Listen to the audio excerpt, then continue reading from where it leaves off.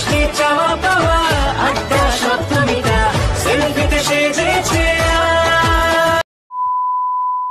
High everyone, welcome back to my channel beauty by Sharmistha.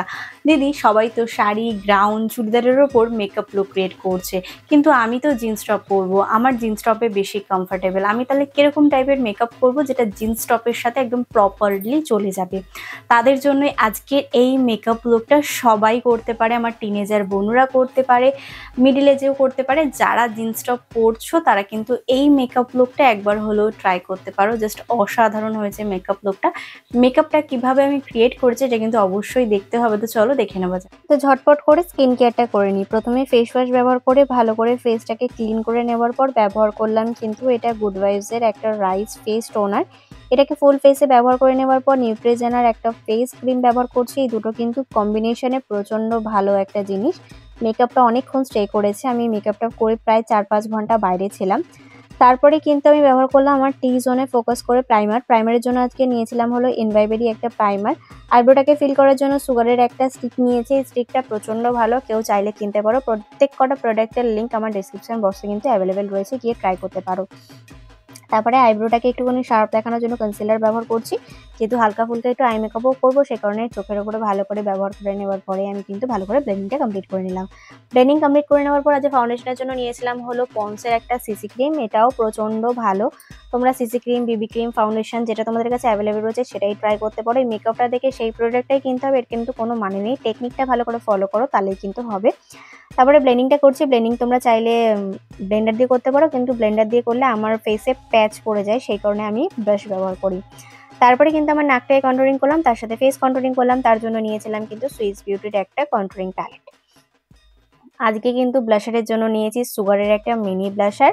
এটাও প্রচন্ড ভালো এবং প্রচন্ড বেশি পিগমেন্টেশন। এটাকে দুটো গালে ভালো করে ব্যবহার করে নিলাম। যখন ব্যবহার করছো না, ব্লাশটাকে একটু ওপর দিক করে ব্যবহার করবে, তাহলে কিন্তু ফেসটা একটু ইনহ্যান্স লাগবে। আর যদি নিচ দিক করে ব্যবহার করো তাহলে কিন্তু ফেসটা আরো বেশি গোল লাগতে পারে। কম্প্যাক্ট পাউডারের জন্য নিয়েছিলাম আজ ব্লু হেভেনের একটা কম্প্যাক্ট পাউডার। এটা দিয়ে ফুল ফেসে ড্যাব ড্যাব করে ব্যবহার করছি। কম্প্যাক্ট পাউডার ব্যবহার করাটা নতুন নিয়ম আমি শিখেছি। এইভাবে ড্যাব ড্যাব করে ব্যবহার করলে না মেকআপটা অনেকক্ষণ লং লাস্টিং থাকে, ঘাম হলেও কোনো রকম কোনো সমস্যা হয় না। তোমরা একবার ট্রাই করে দেখতে পারো। তারপরে মেকআপটাকে লক করে দেওয়ার জন্য ব্লু হেভেনের একটা মেকআপ ফিক্সার দিয়ে ভালো করে লক করে নিলাম। কিছুক্ষণ ওয়েট করলাম, তারপরে কিন্তু শুরু করে দিচ্ছি আমার আই মেকআপ। আই মেকআপটা একেবারেই সিম্পল রাখবো, কারণ জিন্স টপের সাথে ওভার একটা আই মেকআপ ভালো লাগে না। আবার একটা গ্ল্যামারাস হলেই হলো, ফেসটা একটু গ্লো করবে, চকচক করবে, তাহলেই হয়তো জিন্স টপের সাথে আমার মনে হয় ভালো লাগে। প্রথমে পিঙ্ক কালারটাকে নিয়ে আমার ক্রিজ লাইনের ওপর দিকটা ভালো করে ব্লেন্ডিং করে নেওয়ার পর চোখের নিচেও কিন্তু আমি সেম আইশ্যাডোটা ব্যবহার করলাম। তারপরে ইনভাইবেরি একটা কাজল নিলাম। এই কাজলটার মধ্যে না অনেকগুলো মানে ওমরে টাইপের শেড রয়েছে। এটার লিঙ্কও রয়েছে, তোমরা চাইলে পারচেস করতে পারো। লাইনারটাকে পরলাম কাজল দিয়ে। পরে নেওয়ার পর একটা ফেস কন্টুরিং এর কালার নেবে, মানে হালকা ব্রাউন কালার। এই কাজলটাকে না একটুখানি স্মাচ করবে এই ব্রাউন কালারটা দিয়ে। দেখো দুটো চোখের ডিফারেন্স দেখেই বুঝতে পারছো কতটা ডিফারেন্স তোমরা দেখতে পারলে। তারপরে আমার ল্যাশটাকে কার্ল করে নেওয়ার পর সুগারের একটা মাস্কারা দিয়ে মাস্কারাটা কমপ্লিট করলাম। সুগারের এই মাস্কারাটা প্রচন্ড ভালো এবং ল্যাশগুলোকে না অনেকটা বড় বড় দেখায়। আমার প্রচন্ড পছন্দের এটা। আজকে হাইলাইটারের জন্য নিয়েছিলাম রোজিয়ান কালেকশনের একটা হাইলাইটার। আমার চোখের ইনার কর্নারে জাস্ট হালকা একটুখানি ব্যবহার করবে। আর যেখানে আই মেকআপটা করেছো ব্রাউ বোনের ওপর দিকটাতে একটু ব্যবহার করবে। আর হাইলাইটার তো ফেসে ব্যবহার করছো যাতে একটু গ্ল্যামারাস ভাবটা আসে। তোমরা চাইলে এটা ব্লেন্ডার দিয়েও ব্যবহার করতে পারো, কোনো অসুবিধা নেই, ফ্যান ব্রাশ যদি তোমার কাছে অ্যাভেলেবেল না থাকে।